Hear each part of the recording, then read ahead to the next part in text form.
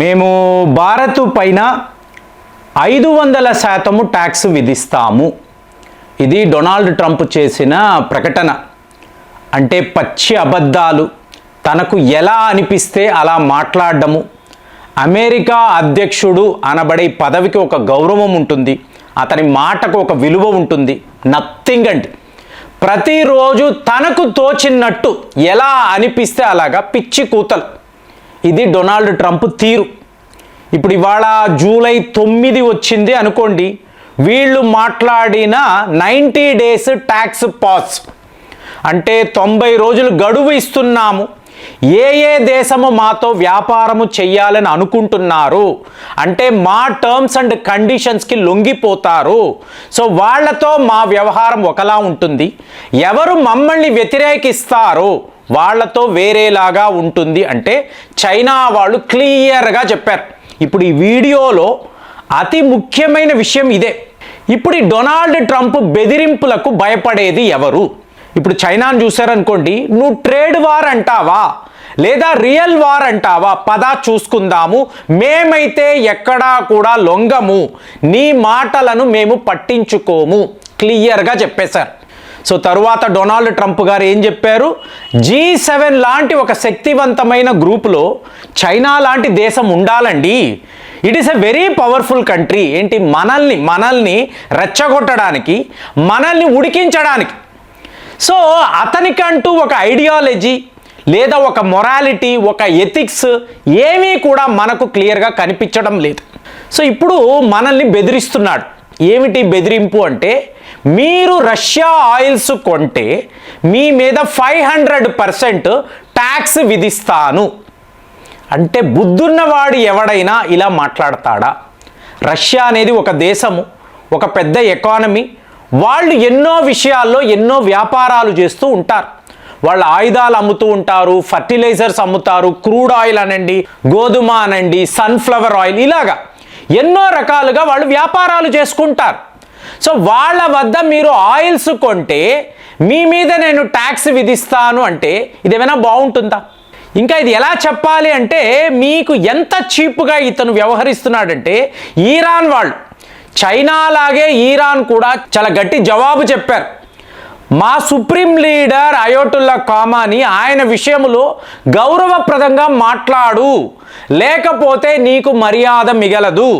మర్యాద మిగలకపోవడం కాదండి, డైరెక్ట్గా అమెరికా యొక్క ఎయిర్ బేస్ పైనే ఈరాన్ వాళ్ళు దాడులు చేశారు. ఇప్పుడు ఇతను ఏం చెయ్యగలిగాడు? ఇమీడియట్గా సీజ్ ఫైర్, యుద్ధాన్ని ఆపేద్దాము అంటే లోపల భయము. కానీ ఏదో తాను ఒక లయన్స్ కింగ్ లాగా రెచ్చిపోయి ఏది పడితే అది మాట్లాడడము, ఎలా పడితే అలా ప్రవర్తించడం. సో ఇప్పుడు నేను మిమ్మల్ని అడిగే ప్రశ్న ఇదే. భారత్ యొక్క తీరు ఎలా ఉండాలి? మనము చైనాలా వ్యవహరించాలా లేదా ఈరాన్ లాగా ఉండాలా? సో ఇది మనము తీసుకోవాల్సిన అతిపెద్ద డిసిషన్. ఇప్పుడు జైశంకర్ గారిని మీరు చూశారనుకోండి, ఈయన అమెరికాలో ఉంటున్నప్పుడే ఈ వార్తలు.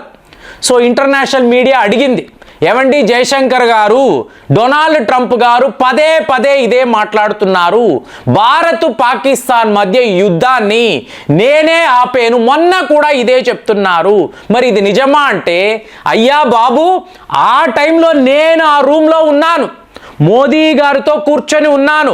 మీ vice president JD Vance phone చేసి పాకిస్తాన్ ఒక చాలా పెద్ద దాడులు మీ మీద చెయ్యబోతున్నారు, మీరు కాబట్టి యుద్ధాన్ని ఆపేయండి, సీజ్ ఫైర్లోకి వెళ్ళండి అని ఆయన చెప్తే మోదీ గారు ఊరుకుంటారా?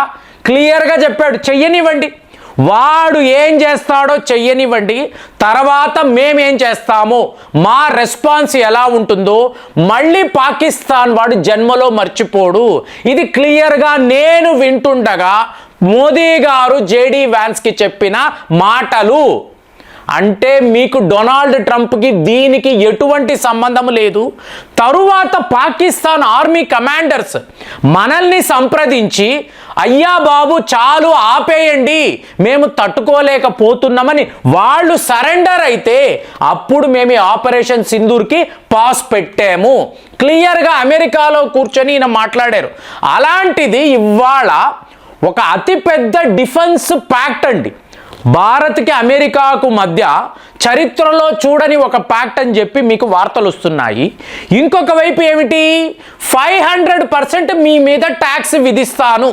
ఇది ఎలా చూడాలి అంటే, చైనా ఇరాన్ ఎగ్జాంపుల్ తీసుకుంటే, ఇప్పుడు భారత్ మేము రష్యా వద్ద ఆయిల్స్ కొనమండి, మీరు చెప్పారు కదా, మీరు ఒక అగ్రరాజ్యము, మాకు మీతో వ్యాపారము చాలా ముఖ్యము, you are biggest economy, so మీతో వ్యాపారము చేసుకుంటే మా జీడిపి పెరుగుతుంది, కాబట్టి మేము రష్యాతో ఈ వ్యాపారం చెయ్యము, ఆయిల్ బిజినెస్ అనేది క్లోజ్ చేస్తామని అన్నాము అనుకోండి. వాడు ఏం చేస్తాడంటే, నెక్స్ట్ ఆయుధాలు కొనకండి అంటాడు. అంటే మనం ఒకసారి భయపడ్డాము, వీడి బెదిరింపులకు లొంగేమని తెలిస్తే నెక్స్ట్ ఆయుధాలు కొనకూడదు, మా వద్దే మీరు కొనాలంటే సుఖాయ్ 57 కాదు, S-400 500 కాదు, మీరు F-35 కొనండి, థాడ్ కొనండి అని చెప్తాడు. అంటే వాడు ఏది అమ్మాలి అనుకుంటున్నాడో దానిని మనకు అంటగట్టడానికి శతవిధాల ప్రయత్నాలు చేస్తాడు. ఇప్పుడు ఇది ఎలా చెప్తున్నారు అంటే, వ్లాదిమిర్ పుతిన్ గారు ఆయన డొనాల్డ్ ట్రంప్కి ఫోన్ చేసి, ఒరే నేను ఇక మీదట నీతో వ్యాపారం చేయాలనుకుంటున్నాను, యుక్రెయిన్లో ఈ మినరల్స్ గనులు ఉన్నాయి కదా, సో దీనిని అంతా కూడా ఇప్పుడు మేము మా కంట్రోల్లో పెట్టుకున్నాము, నీకు కొంచెం వాటా ఇస్తాను అని అన్నాము అనుకోండి.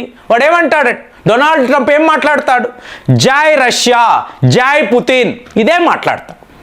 అదే నరేంద్ర మోదీ గారు ఫోన్ చేసి, ఏమయ్యా ట్రంప్, నీకు హైదరాబాదులో ముంబైలో ట్రంప్ టవర్స్ కట్టుకోవడానికి ఫ్రీ ల్యాండ్స్ ఇస్తాము అని మనం అన్నాము అనుకోండి, హైపోథెటికల్గా చెప్తున్నాను.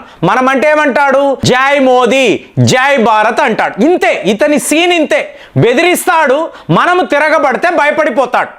సో ఇది ట్రంప్ యొక్క తీరు. సో ప్రపంచం ఏం ఆలోచిస్తుంది, ఇంకొక 3.5 years ఇతన్ని భరించేసామో అనుకోండి, ఇక ఇతను వెళ్ళిపోతాడు, మళ్ళీ అమెరికా అధ్యక్షుడిగా తిరిగి రాడు, 2 ఏళ్ళు అతని టర్మ్ అనేది క్లోజ్ అయిపోతుంది. సో కొత్త ప్రభుత్వం వస్తుంది, కొత్త నాయకులు వస్తారు, మీకు ఆ స్లీపీ జో అనేవాడు వెళ్ళిపోయాడు, ఈ మెంటల్ ట్రంప్ అనేవాడు కూడా వెళ్ళిపోతాడు. సో ఒక మంచి నాయకత్వం వస్తుంది, మనం అందరము కూడా అమెరికాతో, ఎందుకంటే హ్యూజ్ ఎకానమీ కదండి, అమెరికాతో మీకు మంచి వ్యాపారము అనుకోండి, మీ జీడిపి బాగా పెరుగుతుంది. కాబట్టి ఏ ఒక దేశము కూడా వాళ్ళతో వ్యాపారాన్ని పోగొట్టుకోవాలని అనుకోరు. ఈ టైంలో ఇది తెలిసిన ట్రంప్ ప్రతి వాళ్ళను బెదిరించడమే, ప్రతి వాళ్ళని, ప్రపంచంలో యుద్ధాలు ఉండకూడదంటాడు, ఇవాళ ట్యాక్స్ యుద్ధం అని ప్రతి వాళ్ళతో, ఆఖరికి నీ ఫ్రెండ్ ఎవరు, నీ శత్రువు ఎవరు ఇది కూడా తెలియదు. భారత్తో వ్యాపారం అంటాడు, మీరు మా క్లోజెస్ట్ ఏలి అంటాడు, మళ్ళీ మీపై 500% ట్యాక్స్ విధిస్తాను, మీరు రష్యాకు దూరంగా ఉండండి, వాళ్ళ వద్ద చమురు కొనకండి, మీరు ఆయుధాలు కొనకండి, ఇలాగా పిచ్చి పిచ్చిగా ప్రతిరోజు ఒక స్టేట్మెంట్. అంటే ఒక నసలా ఉంది, ఇతనితో ఏది కూడా ఫెయిర్గా లేదు, ఇలా అన్నాడు ఇలా చేస్తాడు అనడానికి ఏమీ లేదు, ఇవాళ ఒక మాట రేపు ఒక మాట ఎల్లుండు దానికి సంబంధమే లేకుండా ఏదో ఒక పని చేయడము, అడగడానికి ఎవరూ లేరు, అడిగితే వాళ్ళ మీద ఎదురుదాడి. పాపం ఈలాన్ మస్క్ అయితే సౌత్ ఆఫ్రికా వెళ్ళిపో నిన్ను గెంటేస్తామని చెప్పి ఆయన అనడం నిజంగానే బాధగా ఉంది. ఎటొచ్చి మనము ఒక చైనా లాగా, రష్యా లాగా, ఇరాన్ లాగా వ్యవహరించాలా, లేదా నీ తీరు ఇలాగే ఉంటుందిరా, మేము ఏం చెయ్యాలనుకుంటున్నామో అదే చేస్తాం.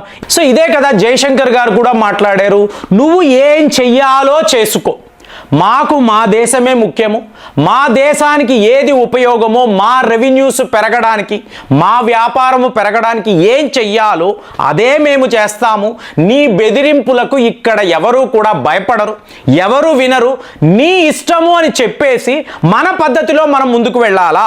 ఒకవేళ శాంక్షన్స్ అన్నాడు అనుకోండి, అమెరికాను తన్ని తగలేసి మన మిత్ర దేశాలు ఎవరైతే ఉన్నారో వాళ్ళతో మనము మన వ్యాపారం చూసుకోవాలా. ఇవాళ భారత్కు ఉండే గ్లోబల్ పవర్లో మనము ఎవరి ముందు లొంగాల్సిన అవసరమే లేదని నాకు అనిపిస్తుంది. మరి అమెరికా వాడి ఈ 500% ట్యాక్స్, దీనిని మీరు ఎలా చూస్తున్నారు కామెంట్స్లో రాయండి. మళ్ళీ వచ్చే వీడియోలో కలుద్దాం. జై హింద్.